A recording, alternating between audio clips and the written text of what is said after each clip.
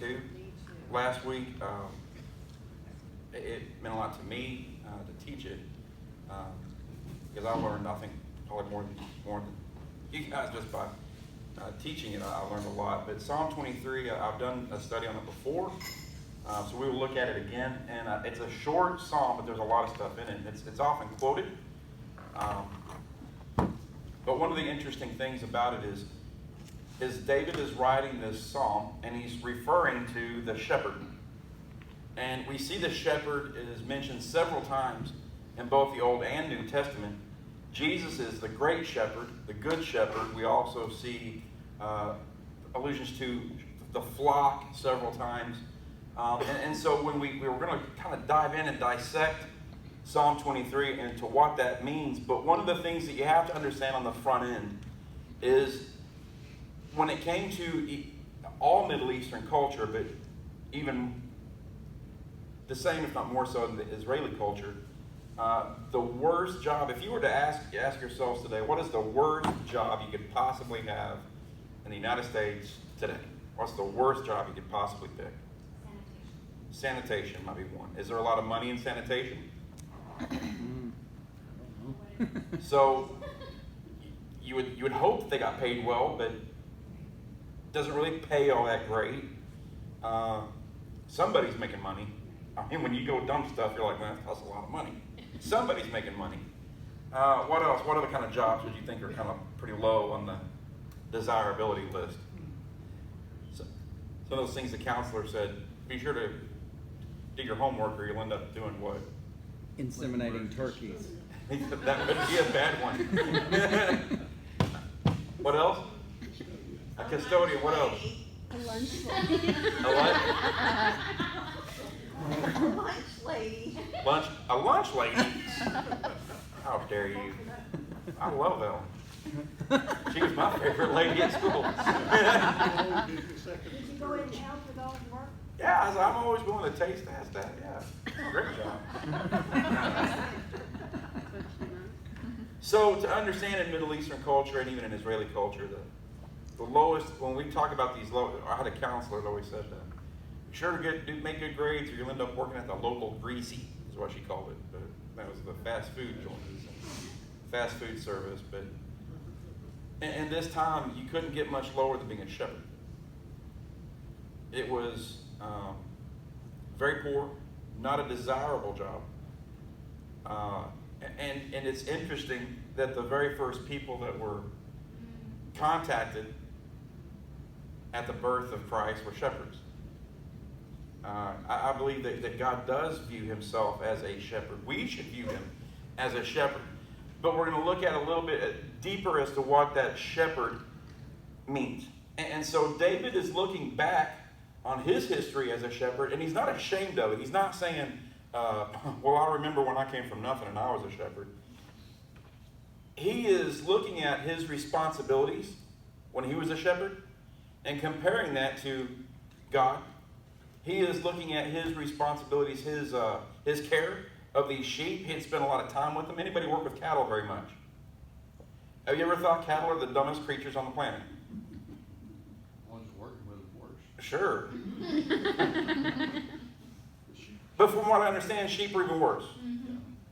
And so, also, we talked about it a little bit in Sunday school this morning, but does anybody remember the story of Shrek in Scotland? Do you remember the story? This was a sheep that had gotten lost for like 3 years. And all of a sudden, they've already written him off. He's gone. The wolves have got him. And all of a sudden, here comes Shrek lumbering into to the farm, and he's enormous. He looks like a Stay Puft marshmallow because of all of his wool that's never been cleaned off. And they talked about what a miracle it was that A, he hadn't been killed by any predators, with no herd there to protect him, let alone a shepherd, and the fact that he hadn't fallen over. It said with his wool at that point, had he fallen over, he would have been so heavy he could not have righted himself and would have died right there. And so you see Shrek, and it's an amazing story. Here he comes lumbering in, and to watch them shearing this guy, I mean, it took forever and just piles and piles of dirty, nasty wool. But it's just kind of an amazing story of this lost sheep. And of course, he came back. It's not how we tell the story. We find a shepherd that goes and finds him. But it's an interesting story. So if you get a chance, look up Shrek. It's pretty interesting. But it starts with it very simply, the Lord is my shepherd. And that Lord is a certain type of Lord. It's all caps. Is yours all caps? Okay, so that Lord means Jehovah God, not just my master. It is not saying my master is my shepherd. It is saying Jehovah God, creator of all things, God is my shepherd. And a shepherd has the lowest job at the time on the planet for them. What an example of humility. That Almighty Creator God is viewed as a shepherd. Also take into consideration that we are, I guess, compared with sheep who are prone to stray, prone to get into trouble, prone to walk off the cliff because the other one did, prone to falling over and not being able to get back up, prone to disease, prone to poisonous plants, prone to all kinds of problems. It's amazing to me. Have you ever looked at certain animals and they talk about, survival of the fittest and Darwinism and all that stuff, and thought to yourself, then explain to me how a sheep is still here? How did the sheep make it to where we could domesticate it and raise it? I can understand a cow. A cow can defend itself. It'll kick. But a sheep? How did it even make it to this point? And so it says right here, the Lord is my shepherd. And so I talked with my wife quite a bit, and we're obviously going to get into, the rod and the staff of the shepherd and things like that. But on the way here, I asked my wife, I said, I want you to just tell me, when you hear the Lord is my shepherd, what does that bring to your image and to your mind? And she did a great job. She's talking about, she said, it brings to mind of someone who cares for his flock, and they're a provider and a protector, and that they love and they care for. And I said, that's exactly true. You're 100% right. And I believe that we know this of God, but do we always view God as a protector, defender, that he cares for his sheep, that he leads them to these pastures, he leads them through valleys, that this is our shepherd? But to go a little bit farther, dig a little bit deeper, for a shepherd, his very livelihood is based on his sheep. They are his inheritance. They are his possession. He knows each one of them. That's how he knows when they're not there. Now, I look at a sheep, and you could never tell me which one is that one? Well, that one's sheep number 1. What about that one? That's sheep 33. I can't tell them apart, but a shepherd can. Have you ever looked at a sheep and thought, it looks just like the other 25 sheep that I just saw? But a shepherd knows when one's missing. Then that means he must know something about the sheep that I don't just see on the surface. He knows it at a deeper level.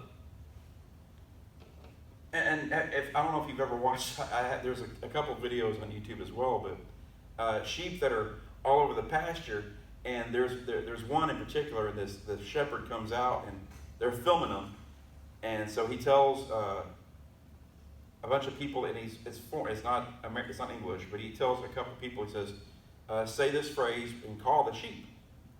And so a girl calls, and the sheep, and they're out there, when you can see them, and he says, okay, well, you say the same thing, and you call the sheep. And so he tells them what to say, and they say it, and the sheep don't care.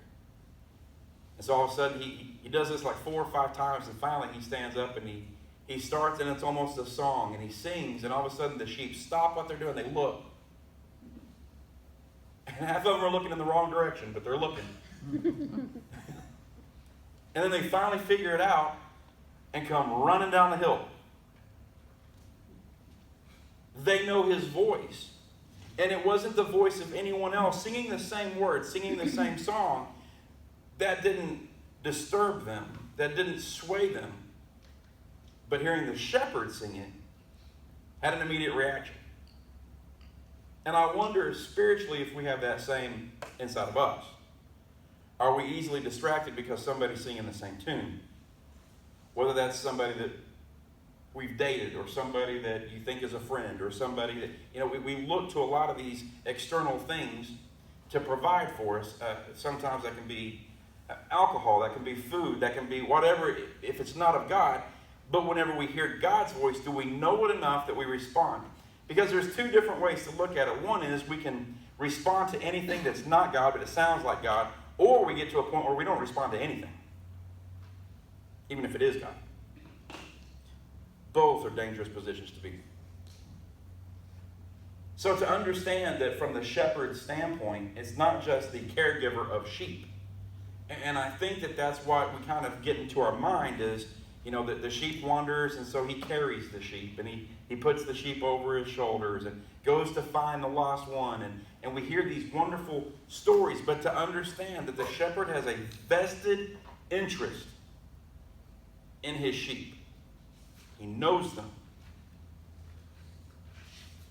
Each one is potentially money, currency. Each one is potentially a sacrifice. Each one is potentially sustenance, whether through wool or with meat. Each one has value to a shepherd. It's not just somebody else's flock. Now, poor little David, he's not right about this shepherd, but what is his experience as the shepherd? When did he do it? What about the other brothers? How come they didn't have to do it? They were older. They were older. So this was the job of the little kid. The littlest brother got the shepherd job. Now, I don't know about you, but I would have a hard time telling my youngest kid, all right, you get the shepherd job. And my son comes back and says, well, how was work? Oh, it was fine. I took him to the pastures and blah, blah, blah. Oh, and a lion came and I had to kill it. You know what? You're not shepherding anymore. How did this happen? Twice. You got a lion? All right. Good job. You got a bear today. Oh, all right, cool. And so he's put in these positions as a young man. And this was the job that Samuel found him doing. It's not, I sometimes forget that before he fought Goliath, this was a little kid watching sheep on his own, miles from home, all by himself, with a slingshot, killing lions and bears. If that had happened, if I even heard that there was a lion even looking, hey, there's a lion kind of, I saw in the distance. Well, the sheep aren't going out, and you're not going with them.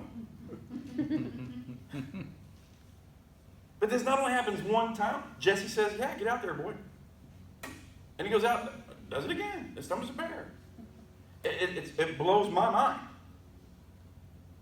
But David can remember having the lowest job in the family. I think that David can remember Samuel, the stories of Samuel going through all the sons, and Jesse going, oh, wait, I do have one more, but he's out with the sheep. He's not even at a point yet where I can put him in charge of the cattle. He's in charge of sheep. David's recalling this, but David is also recalling the work and the care that went into being a shepherd with his sheep. Don't you think, too, that he, with his sheep, they were his, we think of as parents, we're going to take care of our kids. We know our kids. One of them can call you and you can tell by their voice what's going on. And I feel like that's kind of the way David was with all of his sheep. He knew them. He knew them to the point where there was nothing going to happen. I'm going to, if it costs me my life, I'm going to protect you. Right. And that's, even for I'll be honest, before we came here, I was sleeping heavy. And you ever had that where you woke up and I was in the deep in sleep. But then at the same time, you ever had that where you've been asleep and one of your kids, you hear they cry and immediately, I'm up. What's up? What's wrong? And so I think that same response, I think that, it says that he numbers the hairs on our head, but like a sheep, that's part of the wool is part of, there's value in it. And so I think to God, in God's place, why is God concerned about how many hairs are on my head? Because there is value in his flock. And in the same way a shepherd would know that one's missing, it's not here, this one's wandered, God is aware. And I think a lot of times we think, well, I'm kind of hiding this thing from God. You're not hiding it from the shepherd. He knows you're not with the flock. He can see. I think that a shepherd, very, very early on, if you've worked with cattle or anything very much, you know that there's some cows that come running when they hear the truck start up, and there's some that are the last ones in every single time. And if you've got one missing, was it the first one or the last one? You probably know which one was the one that wandered. Because it's stubborn and it's bullheaded and it's done it before. He must know, well, where's Aaron? Though, Aaron, too, I think a lot of us have trouble understanding it because here we don't live with them. But, there they literally, day and night they're with them. Whenever we watched them when we was in Israel, it would be like this huge amount of land, rocks. It wasn't, just your... And there they would all be just out there, a lot of times no shelters. Sometimes there was little shelters. But I just thought, we just can't even imagine that living with them outdoors and during the day, we don't do it that way here. Very, very true. And that's where I think that David is recalling not just scripture, but he's also pulling, like I said, personal experience. What he slept with in the fields with them. He knew them. One of the things that's also interesting to consider is that David is writing this now no longer as a boy, but as a king. And he very easily could have said, the Lord is a shepherd. But here's King David that is self-admittedly calling himself a sheep. This was a man who knew that as a shepherd it was the lowliest job, but he's going one step farther and saying, I'm not just in the worst job, I'm the worst thing in that job. I am the sheep. And I, personally, as King David, am in need of a shepherd. The Lord is my shepherd. I am not my own shepherd. There's some relief in that because I can look at King David and think, well, if he self-admitted that he was a sheep in need of a shepherd, then why would I think I didn't need one? And why sometimes do we not consider the flock important? Because the flock is important as a sheep. So he says, David felt that he needed a shepherd. The heart of the psalm doesn't connect with the self-sufficient, but those who acutely sense their need. The poor in spirit, Jesus described in the Sermon on the Mount, Matthew 5:3, find great comfort in the idea that God can be a shepherd to them in a personal sense. For the Lord is my shepherd. He cannot know that God is his shepherd unless he feels in himself that he has the nature of a sheep. He must relate to a sheep in its foolishness, its dependency, and in the warped nature of its will. Most of you know that we have our new pride and joy since we just graduated our last baby. So now we have Chopper. Love this dog, but what I've found with English bulldogs is you have to work very, very hard to keep them alive. They overheat. They can't do a whole lot. They can't breathe. They're highly allergic to all kinds of things. You have to work pretty hard to stay alive. And in the same regard as a sheep, they have to have somebody just to make sure they can live. It's not just the wild, woolly beasts out in it's just the day-to-day stuff. They get dumb. And we see ourselves in that. Oftentimes being very, very afraid of the wolf or the bear or the lion, but sometimes the crevice that you're walking should be just as big of a problem. And this is one reason why I think that David said, that, the light into my path, that the pathway was very important for David. He understood that concept because he walked in the dark during these times. It wasn't like he could turn on his flashlight and see these pathways. He had to know them so that when he walked them in the dark, the sheep would still follow, and he knew where every rock and every cranny, everything was, so that he could put them on a path where they could follow him in safety. So it says, yeah, a sheep is foolish, dependent, and has a warped nature. Well, a sheep, said Aristotle, is a foolish and sluggish creature, aptest of anything to wander, though it feel no want and unablest to return. A sheep can make no shift to save itself from tempest or inundation. There it stands and will perish if not driven away by the shepherd. And then, so we get that. The Lord is my shepherd, I shall not want. What is he saying when he says, I shall not want? When I was a kid, I struggled with that because I went, the Lord is my shepherd and I don't want him. That's not what it means, obviously. But do we understand I shall not want correctly too? When we tend to look at the phrase, I shall not want, we tend to look at it as, the Lord is my provider, my deliverer, my protector, the giver of all things. I am in need of nothing. I shall not want equals, I shall be in need of nothing. True. But could it also be a declaration? That if the shepherd does not provide it, then I don't need it. I don't want what the shepherd has not given me. There's where we sometimes struggle, particularly in culture today, is sometimes we want things the shepherd is not giving you. We talked a lot in our Sunday school, yes sir? Because he knows it's not good for you. Right. Yeah. This is the problem when you look at certain, even religious faiths today, there are even Christian faiths today that have blended Christianity and paganism. When you look at the Day of the Dead in Mexico and then in Central America, what is that? You know what the Day of the Dead is? It's they dress up like ghouls and skeletons, and they honor and respect those who've already died and gone on. And I understand that. It's like their Memorial Day. But what they did was they meshed Mayan tradition with Catholicism. And they truly believe in some areas that they're communing with those dead spirits Yes. as well.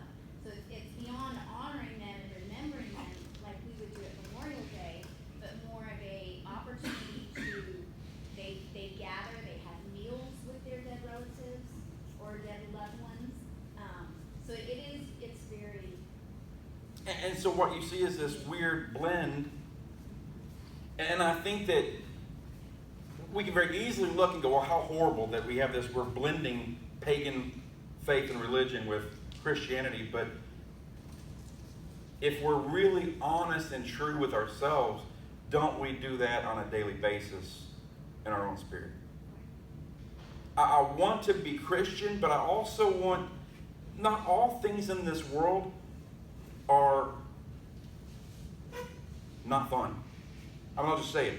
I'd love to say, well, sin is horrible and it's not fun. It is horrible. But there are aspects of it that are like, man, that looks like fun. But I can't blend them because it's oil and water. They won't mix. I can't force them to, no matter how much I try. And so when we see paganism, for example, in voodoo cultures, how did voodoo come about? Well, it was African tribal paganism blended with Christianity. And now you have, we struggle because we invent these things, but at the same time, is my entire Christian faith been compromised at times? Well, what will I allow? Well, I only have this one vice. I'm a pretty good dude, except for this one thing. Ever heard that one? And we try to blend these things, and they just don't blend. This is one reason why God called us to be salt and light. You are to be peculiar. You are to stand out. You are meant to not look like everybody else. To be different, set apart, sanctified, and holy for me and my purpose. And so he says, I shall not want is one thing to say, I am in need of nothing. God is my provider. But it's also a declaration that says that if it's not of the shepherd, if it's not of God, I don't want it. I don't want the riches. I don't want the fame. I don't want the popularity. I don't want the women. I don't want the... This is saying I want you above all of those things. If it does not come from you, if my wife does not come from you, if my job does not come from you, then I don't want it. Be my shepherd, my guide, my defender, my provider. He makes me to lie down in green pastures. I thought that was interesting. Why can't he just let me lie down in green pastures? Why does God have to make me lie down? Because they're dumb sheep. Because we are dumb sheep. So here's another one. Sometimes I have to make Chopper calm down. Stop. Wait, you ever done that with your kids? That's enough. Be still. Because they don't understand. They don't know. And in the same way, a sheep is dumb. A sheep is pretty smart in some things. You know, a sheep will not lay down if they don't feel that all of their needs are met. If there is a threat, they will not lay down. If another sheep is sick, they will not lay down. There are certain things, there are key factors that have to be met before a sheep will say, all right, let's lay down. I didn't know that. But certain criteria has to be met before a sheep will actually lay down. And where this sheep lays down, it says in green pastures. Now, I've never been to Israel, but I know some of you have. Are there a whole lot of green pastures in most of Israel? There are areas that have them. But not a whole lot. I mean, when I think of sheep in Ireland or even livestock here, I mean, like, it makes me lie down in green pastures. I mean, that's like right there. That's true. Yeah, but for this time, that's actually a trip to go find anything that they can eat. One of the things you'll find too is if you remember, if you can, well, nobody will remember, but if you can think back to times when there was struggle between cattle ranchers and sheep farmers in our own country. What were the issue among cattle growers and cattlemen about sheep owners? What was their issue? They eat all the grass all the way to the ground. A sheep will actually denut every single vegetation that there is, and it won't grow back. I mean, they take it down to nothing. Not leaving anything for the cattle. The cattle will eat the best part and leave it. So it grows right back and eat it again. But a sheep will eat the whole thing. Unless the shepherd moves them to a new green pasture. Don't overgraze, don't overfeed on these areas. We'll come back to it. I've got to physically move them because they will drive themselves to starvation. They don't know any better. So we see these lying down in green pastures, and he says that the Lord as a shepherd knew how to make David rest when he needed it, just as a literal shepherd would care for his sheep. The implication is that a sheep doesn't always know what it needs and what is best for itself, so it needs help from the shepherd. Have you ever known somebody that just don't even know what's best for their own need? You have to tell them. I mean, at some point our kids grow up, but my kids are all past 18. But I think that Yolanda and I would agree that we can live their life better than they can. Do what we want you to do. Stop arguing. Quit moving out. Everybody move back in the house. We're going to have the Mahan compound. You know, If you're interested in dating, we have a whole series of questions and drills and obstacle courses you'll have to compete in. We think we know better, but David's saying, I don't know even when I'm tired. I don't even know when I need to lie down, so God, make me rest. We all need rest. Have you ever went to take a nap and woke up in a worse position than if you just stayed up? Yeah. Have you ever not realized you were hungry until you were eating? Like, I don't even. Then you actually get a chance to eat, and you're like, okay, I'm starving. All that did was just kick it up. Where are we going? What's next? In the same way, I think sometimes we can go without actually finding rest. And that's not saying that you need your proper sleep in the week. That's great and that's important too. But I'm saying we actually need rest time. And to speak, and I'm not trying to put words in Pastor Rex's mouth, but I will say this is, we want everybody who can be here in church to be here in church, but I also understand that it's important to get rest with your family, to do vacations, go see things. It's an important thing for us to experience life and to find rest. But I can tell you that we're going to Yellowstone in July. We will need a week of rest for our week. Why? Because we don't want to waste the opportunity. We're here, so it's get up at 6 every morning, get some breakfast in you, pack your lunches because we're going to picnic on the way. We got to see Old Faithful. We got to see the... And I'm one of those planners. I've already got the itinerary all set out, like Clark Griswold. Why are you laughing over there? I have the itinerary. Don't get off the itinerary. You know, we're supposed to go see this waterfall. And sometimes, have you ever gone to a vacation and went, I need a vacation for my vacation? Mm-hmm. And in work, we kind of do the same thing. Yes, ma'am.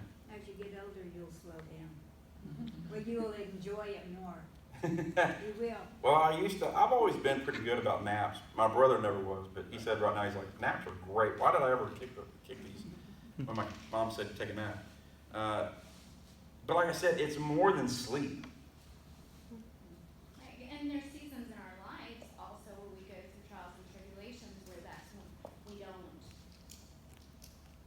always care for ourselves and get that rest because of whatever we're in the middle of, whether it's illnesses in the family or death or changes in life and things. Those are times where even as adults we need the Lord to make us lie down. To cause us to. That's one thing, when I look back, and I don't know if he would say it as well, but for me to look on the outside, I see Bill and Rhonda. And I see God making them rest. The problem was in this restful time was unrest. What am I supposed to be doing? What are you telling me? Am I done? What's wrong with me? What do you know? When truly God was trying to say, rest. Rest.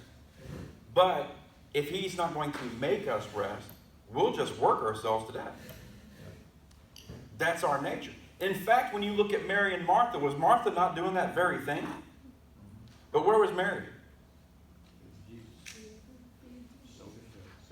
Jesus, you get onto her. You see me over here trying to put all these figs and dates on the plate and get this salad. Mary ain't got nothing. And he says, she's taking advantage of my being here because there will be a time I won't be here. Yeah. She's resting. You should be too, Martha. Which one's Jana? Is that what you just said? Oh, you want to get punched. Pray for you. Mary and Martha. Mary and Martha both, they would have been able to eat. That's true. That's true. You know, and it's interesting that it is a valid fact I've never really thought about. That Jack just said if both of them had been playing Mary's role, nobody would have ate. I think that God has designed it in a way, and I know that even to speak for our pastors, I feel like sometimes if I know Jana as well as I think I know Jana, because Jan and I are a lot, like scary. I struggle with, I'd just rather do it. Why don't you delegate that? I don't know if they're invested the same way I'm invested. I don't know that they have the vision that I have, and it's just easier to just do it. I'd rather just do it than have to dismantle it and redo it. It's the same way raising kids. That's what Robert was saying. Sometimes you do it for, you go do it instead of fighting with them to get it. Yeah, Easier to do it. I'm But they don't But learn what is anything that? if they keep doing it. I'm that way. And I think that honestly, Jan and I are very, very close in that regard. But what I've found is that in our lives, what I think God tries to do is to pair you up with a partner that while you rest, and I can put this in perspective, we used to have to work football requirement and our shift, where some things have worked out where now for our night shift folks, we don't make them work the whole football game, but we used to have to work the whole thing. So you'd work night shift the night before, football all day the next day, and then night shift again. And so for a lot of our officers, they were up 36 hours straight.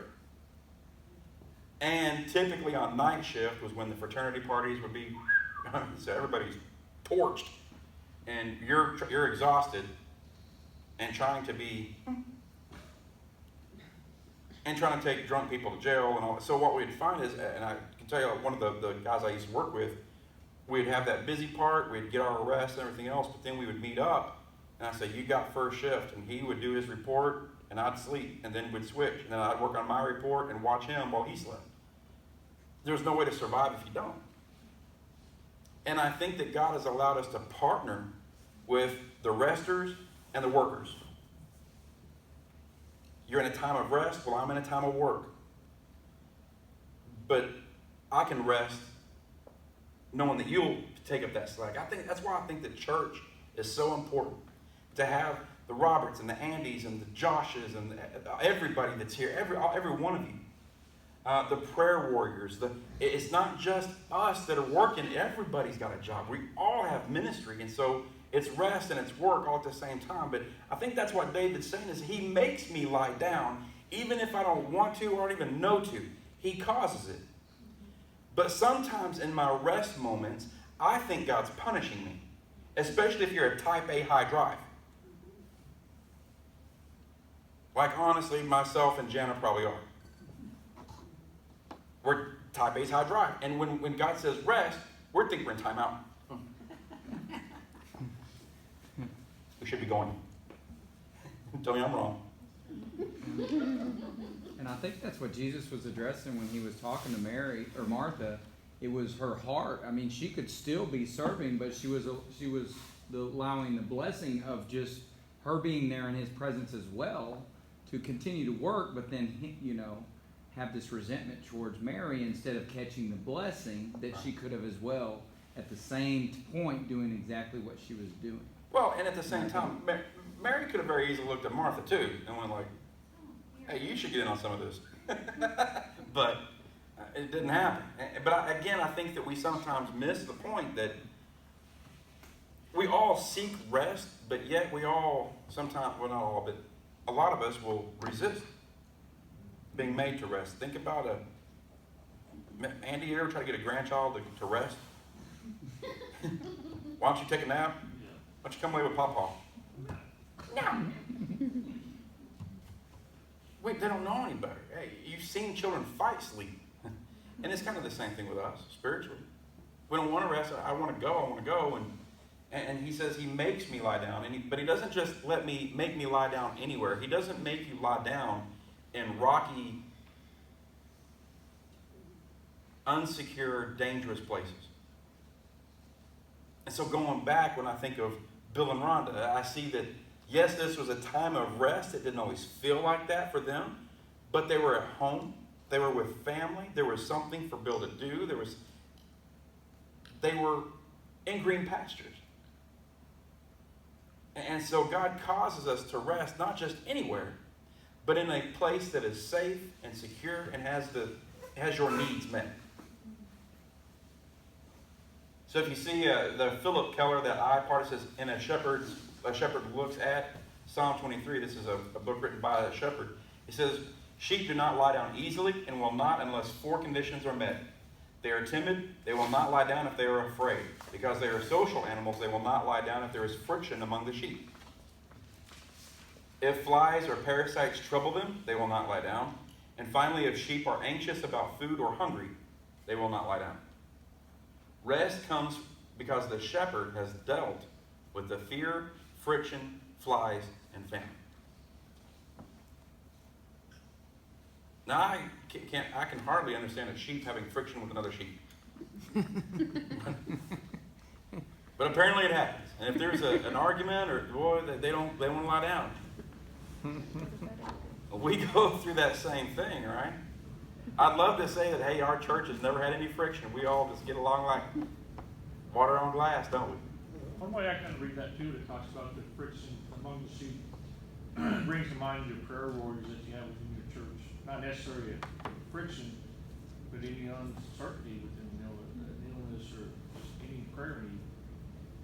Because they're not going to rest until they pray through. Right.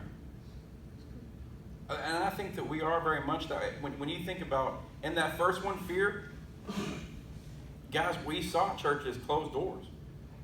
And I can tell you from personal experience, a conversation I had this week was, you guys never closed down during COVID? No. Matter of fact, we didn't even wear masks. And that loves them away. Or are you still living? Did you at least social distance? Oh, no. I was straight up hugging Beverly like you ain't never seen her.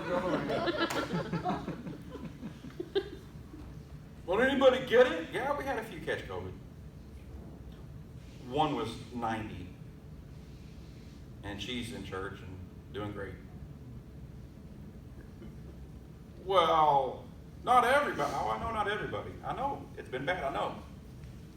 But our church was blessed during the time. And that's not me saying that I'm great. It's not me saying that our leadership's great. God is great. We put it out there. We laid it on the table and said, God, prove. God, show. Because I can tell you, March 13th of 2020, conversations on the phone between me and Rex and Jana and Yolanda and fear, and maybe we should close down, and maybe we should stop. What do you think we should do? Maybe this is not right. Are we being cocky? Are we being arrogant? Literally these conversations. The idea for us to stay open and still hug and not wear a mask was not something that we just came up with and said, you know what? We're doing it anyway. We ask ourselves, are we being arrogant about this? But what I found was it was not an arrogance in ourselves. I was arrogant in what my God can do. There are times we can talk about faith, and there are times we can live it. And this is an opportunity for God to prove himself, not for Rex to prove himself. It's strictly God. God will prove himself. And so I thought that was great, that they won't rest unless the shepherd has dealt with the fear, friction, flies, or famine. Because understand that sheep can't do anything to resolve those 4 issues. The shepherd has to. When I think of that, lying down in the green What pastures, I problem think the sheep? word that comes to mind is What peace. problem sheep? I think, and I think of it whenever I think of it for ourselves, when we rest, to truly rest, you're at peace, and God is the only one that can give you that. And I think sometimes we misdiagnose or misdefine peace. But peace, Brother Billy, is peace the absence of war? Well, lots of people outside of war that still don't have peace. Right. I can tell you an entire nation is not at war, but they're at war. There's no peace. It says he leads me beside the still water. We were talking today about when our family went to the Royal Gorge and floated the Arkansas River. Not a place to jump out there and get a sip. Right? It's wild and it's rapids and it's awesome to watch, but not a swimming hole. You know, when I think of an oasis, that's not the Royal Gorge. It's not a place of peace. It's a place of great power.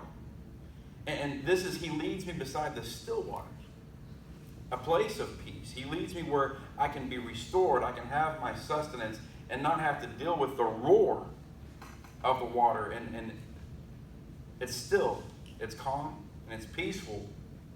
And these are the places that he leads. So when you get this, you hear the green pastures and still waters, and we get this wonderful, beautiful image of where the shepherd is leading. It's correct? But we know that there's going to be another flip to this in a minute, right? Because the valley's coming. But we know that God makes us lie down in green pastures, and he leads us beside still waters. So we get this wonderful image. And then it says, he restores my soul. What does that mean to you? He restores my soul. What is restore? Make new. Make new. He makes my soul new. So what was wrong with my soul? I was apparently having some issues. If something needs to be restored, anybody like to watch the restoration shows? What is one of the biggest issues with car restoration? What's the biggest issue? Rust. How do you get rust? Salt, oxidation, that's what it is. And it deteriorates and tears away the very frame, the foundation of that car. And so in the same way, when something has to be restored, it means something about it was broke. And so when I see this, he restores my soul, I've always read this to say, well, he gives you a pick-me-up, and he's restoring something that was broke. And when I see he restores my soul, this should mean this is a place of repentance. God doesn't just restore if you are an unwilling participant in that restoration. This is a place of repentance, that I admit that something's wrong with my soul.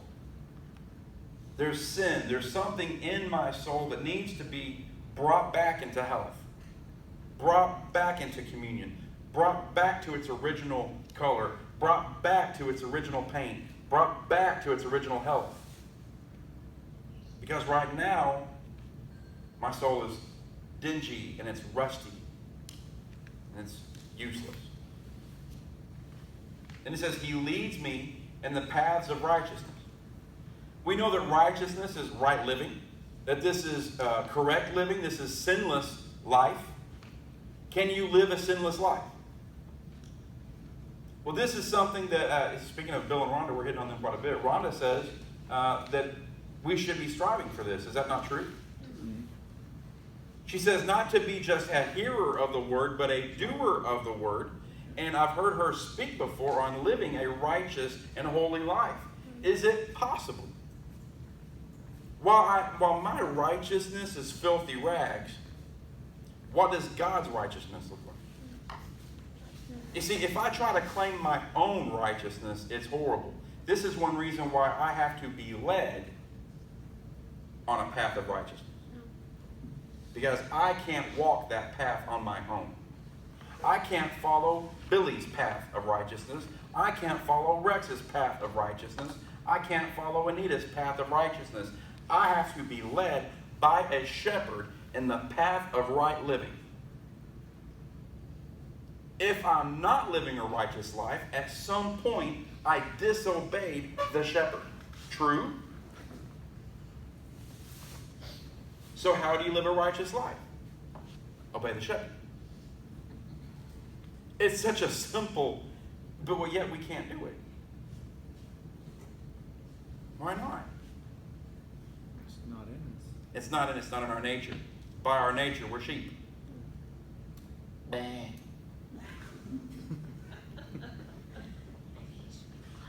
Why would he lead us in the path of righteousness? It's coming up. Why would he do it? For your sake? sometimes we think that, just like a shepherd, that the shepherd goes through all of this work and struggle for his sheep for the sake of the sheep. Who gets the benefit is the shepherd. True? The shepherd is investing his time. He is investing his own life to protect the sheep, but not for the sake of sheep. David was not fighting lions because sheep just, they ought to live. Lord bless them. It was for the sake of Jesse's family.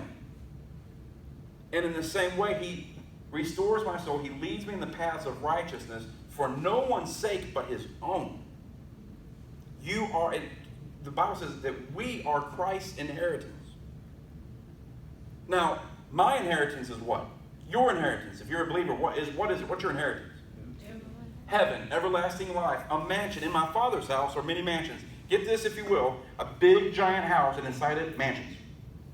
How big is the house then? These are my inheritance. I'm going to get a crown that I get to lay at his feet. Finally, I can give him something worth something. Finally.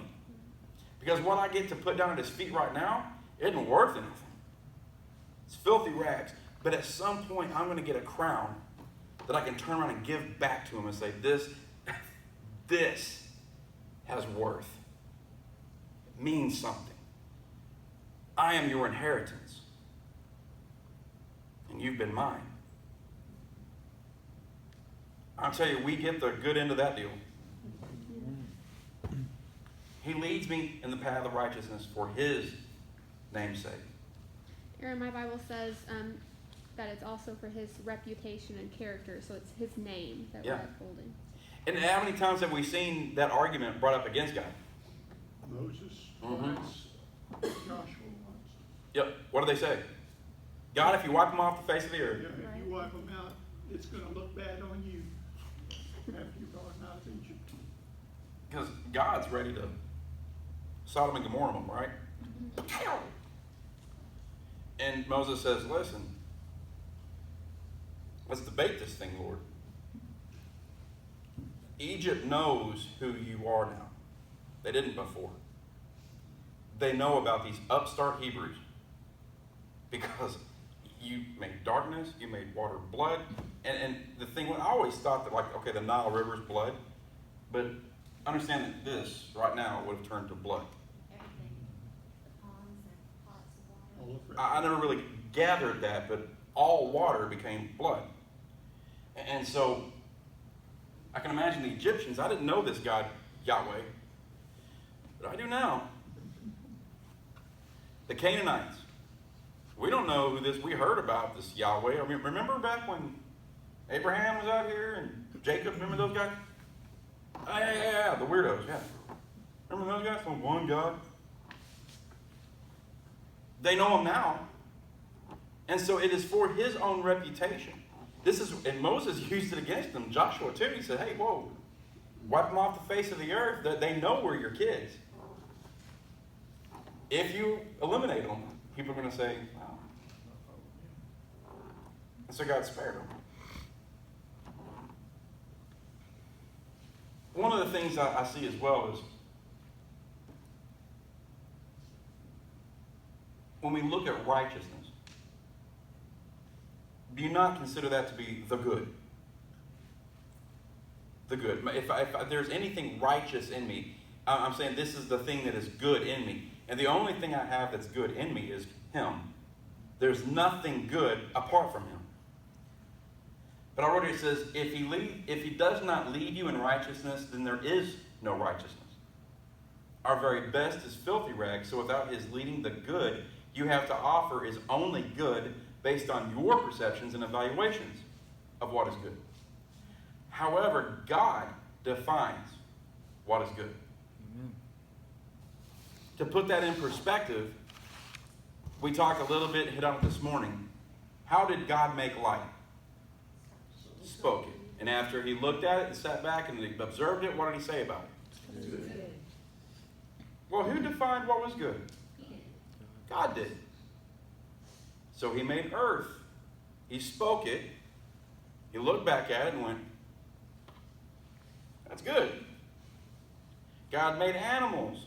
He spoke and said, that's good. Flying things and creeping things and swimming things, and said, it's good. God has defined what is good from the foundation of the universe. He defined what's good. We live in a society that will tell you that we can define what is good. Right. But we can't. Our very best is flawed and failed.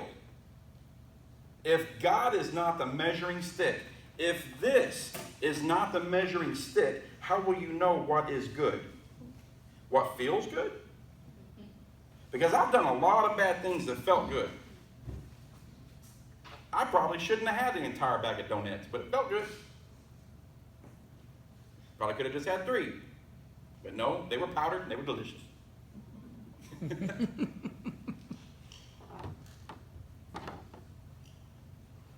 When we try to determine what's good, we fail every time. So God defines what is good and has done so from the beginning of time. In fact, after all of his creations were spoken into existence, God is he who declared their worth and determined their goodness.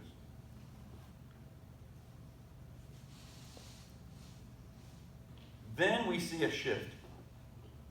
We just came through these still waters and green pastures, and isn't it nice and lovely? But now all of a sudden we get to the valley. It says, yea, though I walk through the valley of the shadow of death, I will fear no evil. So let's stop there.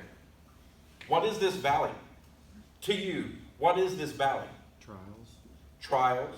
As a matter of fact, if you were to take this all the way back to Hebrew translation, it could mean the valley of the shadow of death, but it more accurately it just means a dark valley, a dark place. When I look at the valley of the shadow of death, I think, for me, that our mortal existence is living in a valley under the shadow of the death we will have to endure. We are living in a valley under a shadow. And so one of the things I want you to see here is we walk through the valley of the shadow of death. It is not, and it's not the destination or dwelling place. And understand, he's not saying, I walk to the valley of the shadow of death. I walk through the valley of the shadow of death. It's not my destination place. David might say that all of life is lived under the shadow of death, and it is the conscious presence of the Lord as shepherd that makes it bearable. But get this, and I underlined and highlighted this. It says, we understand that a shadow is not tangible, but is cast by something that is. One can rightly say that we face only the shadow of death because Jesus took the full reality of death in our place. And yet, oftentimes, we are scared of the shadow. Now, one thing I've found is, have you ever looked at your own shadow and the sun's setting, and you look at your shadow and you look like you're 20 feet tall? Right? Is a shadow an accurate representation of the thing that's casting? It's distorted. It's dark, isn't it? It's never light. It's always dark.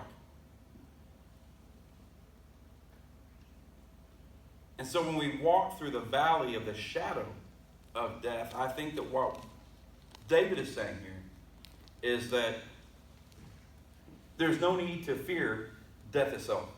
It's merely a shadow. Now, I want you to go back and understand that for David in Psalm 23, this is extremely prophetic again. Because at this time, what their understanding of death was to lead them to a place called Sheol, hell. When we die, we're not sure what happens. So for David to say that death, it's almost David in Psalm 23 looking forward to 1 Corinthians chapter 15 when he would say, death, oh death, where's your victory? Where's your sting? You see, they couldn't say it then because they were afraid of death. It wasn't until the New Testament, until us, when we go, I'm not afraid of death. Now the process, But the death itself, to be absent from this body, is present with the Lord. Let's rock and roll. Now that don't mean we go and drink Kool-Aid. But there's no fear anymore in the other side. There shouldn't be in the other side. He says, I will fear no evil. Now, which of these is it connected to? I will fear no evil when I walk through the valley of the shadow of death? Or is it connected to the next line, for you are with me? They're all three, they're all dependent on each other. You see that? It's a semicolon. So when you look, it says, yea, though I walk through the valley of the shadow of death, I walk through death and the shadows and the fear that should be there. These are things I should be afraid of. I should be afraid of COVID. I should be afraid of cancer. I should be afraid of depression. But I'm not. And I'll tell you why I'm not. Because you are there. Why fear death? You already conquered it. Why fear cancer? It has a name and it will bow to you. Why fear any of these things that we fear? Because wherever I go, you are with me. Your rod and your staff, they comfort me. Now, the rod and the staff, we've heard a lot of sermons about, they would correct the sheep and even break a leg if they needed to, and they would carry the sheep. And I always thought the rod and the staff were two separate things, but it's the same thing. It's the crook. But the rod and the staff had two separate functions. The rod was a weapon. The staff was something to lean on, for the shepherd to count his sheep, to move and direct and tap. I think that it's interesting, from a sheep's perspective, to watch the shepherd with this rod, who has disciplined these sheep, but I've also witnessed the same shepherd destroy the lion and the wolf and the bear with the same tool that he lovingly uses to discipline me. Yes, I can see the defender, the great God, and it should instill a heart of fear. Not that I'm afraid of God, but that I understand his power and I'm in awe of what he can do and what he and sometimes should do, but he does it because of his mercy and his grace. In fact, we're about to be followed by mercy and grace in just a moment. Mercy and goodness. But to witness the same tool that he would fight a bear with is the same tool that he would use to discipline you, not because of hatred, not because of anger, but out of love.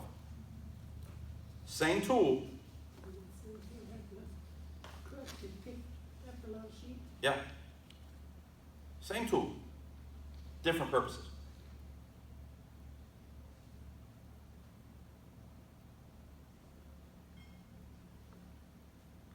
We might also say, this is in your notes, might say the shepherd's presence did not eliminate the presence of evil.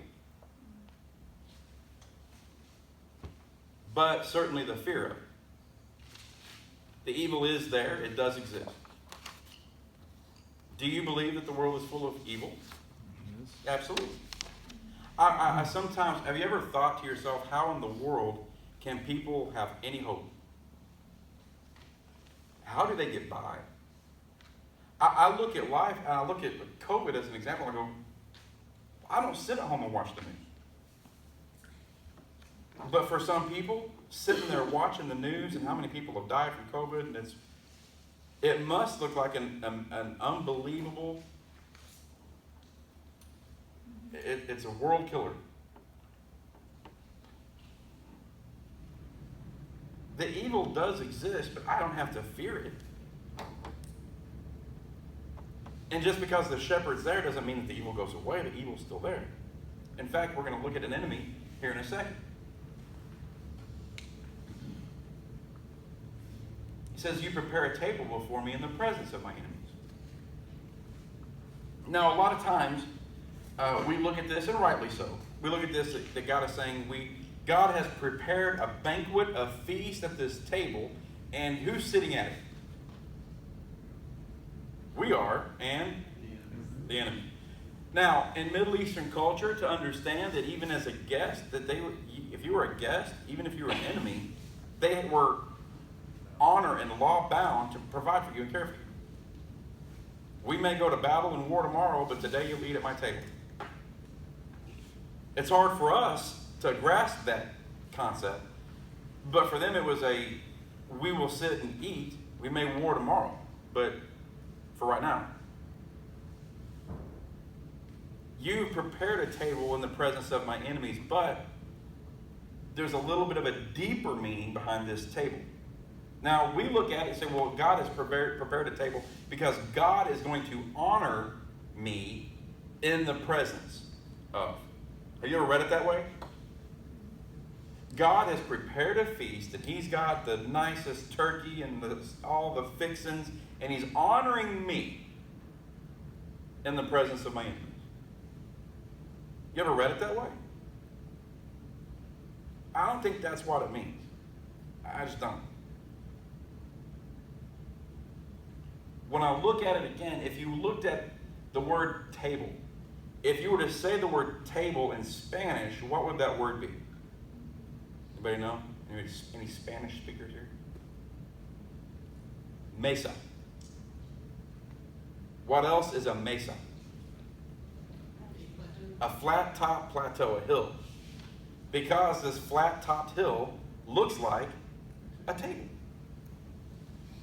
In Hebrew, the words are the same, table and plateau, in the same way that in Spanish, mesa is the word. In Hebrew, it's the same.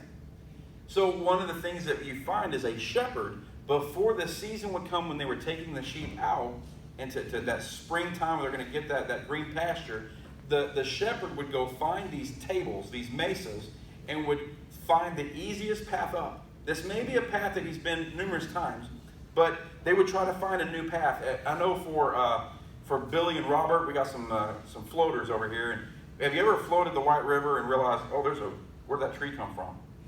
Or where did it come from? Some storm in the middle of the winter, right? Mm-hmm. Some storm in the spring. It put this tree here, and now I got to deal with it. In the same way that, I may have walked this path 100 times, but that rock has fallen on the path, or this tree is in the way, or these poisonous plants are here. I've got to remove these things because in the spring I'm going to have an entire flock coming with me. So I've got to learn and memorize this path. This is what we talked about with the shepherd, is to memorize the way. Where is the danger areas? Where is the drop-offs on the cliff? And how can I keep not only myself safe, but my sheep? And so the shepherd would go to these tables and these mesas, and he would go all the way to the very tip top, and he would build a fire. And in that fire, he would throw in all these thorns and all the poisonous shrubs and all of these things that were a danger and a threat to his flock. But from this high plateau, the shepherd could also see what? He could see the threats, the predators. He could watch his sheep. But not only that, the predators can look on the mesa and see what? Him. And when they see the shepherd and the fire, don't go up there. So now when he does lead his sheep on this table that was prepared in the presence of the enemy has learned that table is occupied. If we go up there, that shepherd may be up there. He prepared it in our presence. We witnessed it. We saw it. It's a no-go place.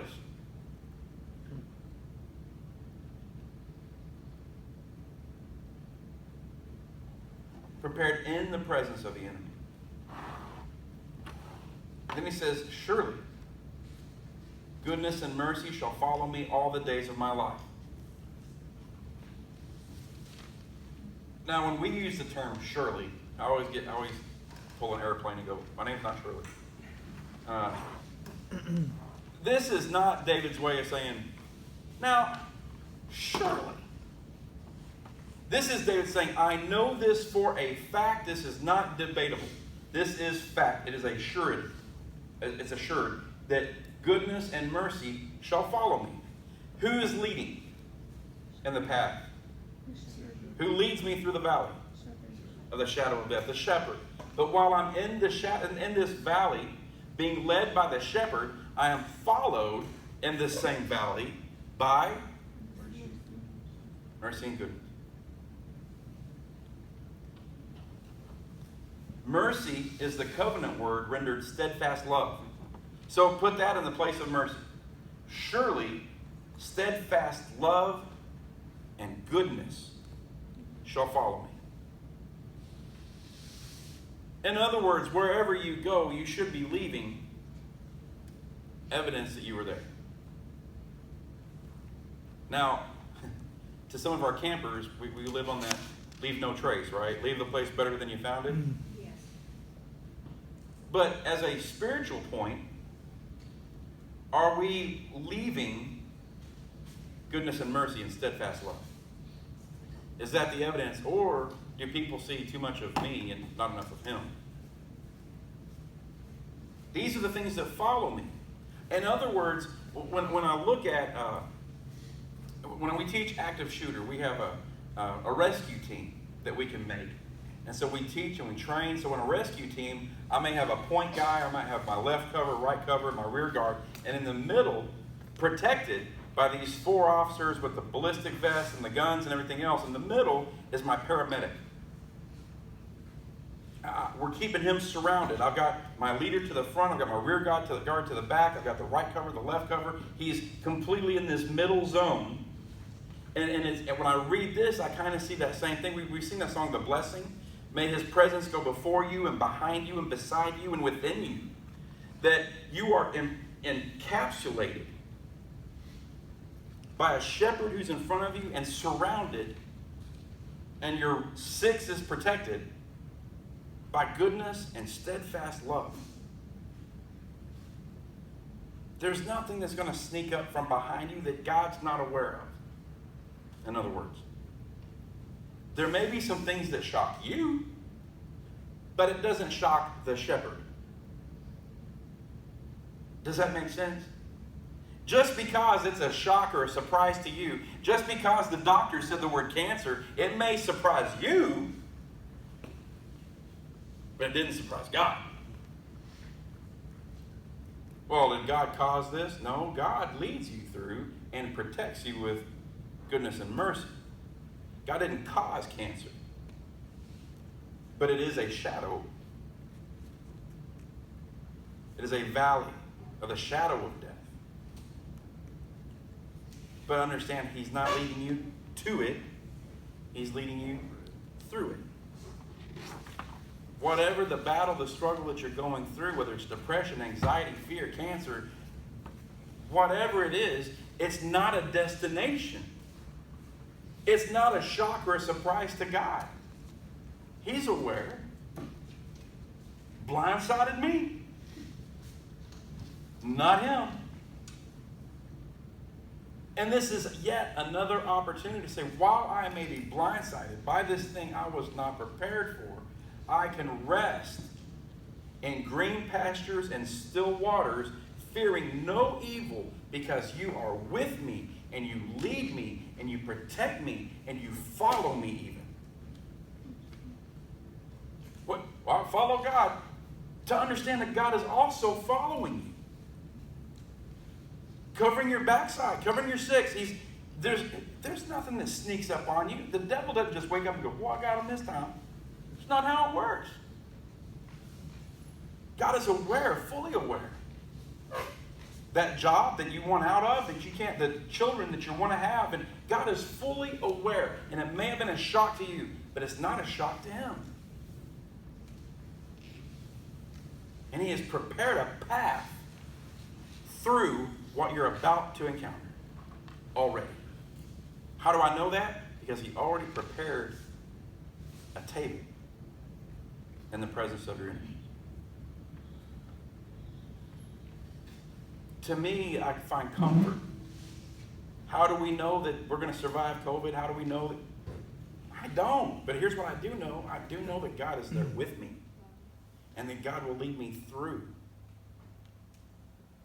It may be a shock to me and it may surprise me, but it's not a shock to God. He will meet me there. I will meet him there.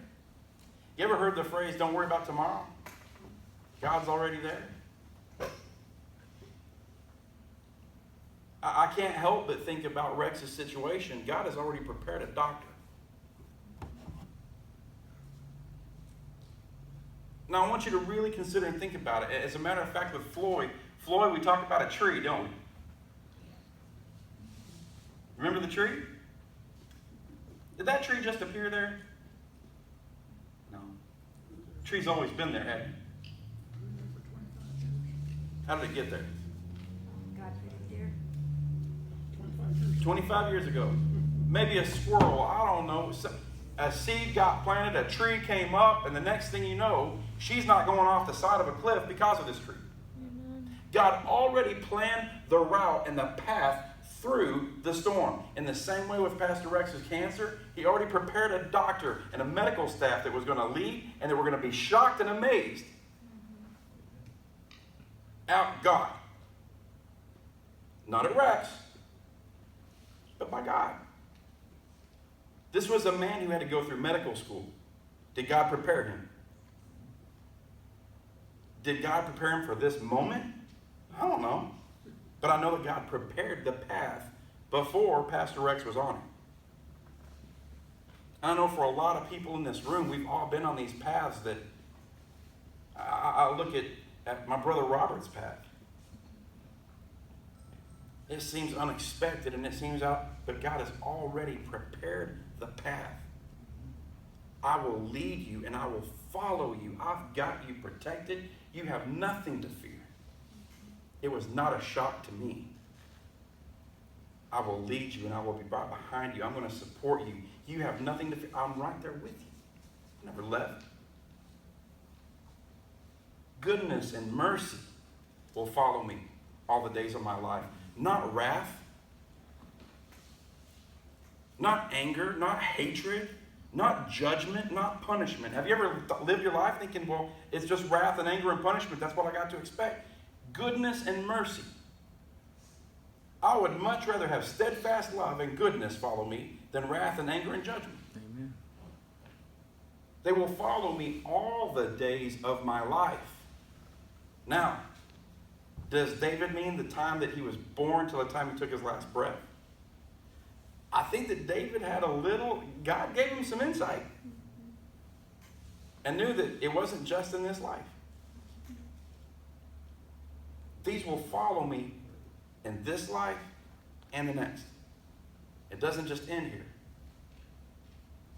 How do I know that from David? Because, understand again, at this time in their culture, when you die, you go to Sheol.